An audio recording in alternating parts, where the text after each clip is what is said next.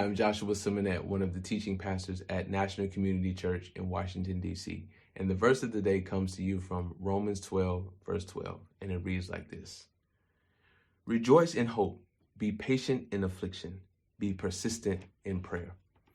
I don't know about you, but I think this verse is coming to us at a very timely point in the year as we're reflecting on all that has happened. And man, it has been a very challenging year for many of us. If I'm being perfectly honest, I haven't felt this insecure since I was in middle school.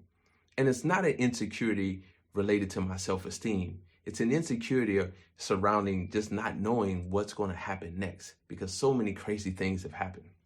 But I think these words that were written to Christians in ancient Rome by a guy named Paul are things that we can take to heart in this season. First and foremost, this idea of rejoicing in hope is about expectation. And we can be joyful because our hope is not in our circumstance, it's in Jesus. And then the second idea of being patient in affliction.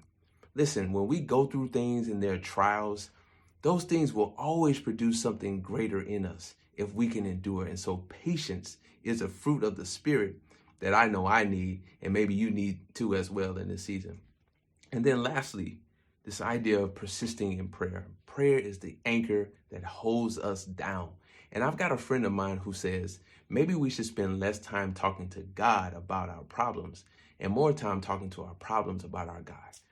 So as we reflect on these words, let's try to put into practice what Paul is encouraging us to do, that we would be more hopeful, that we would be patient as we go through, and that we would persistently pray and seek God.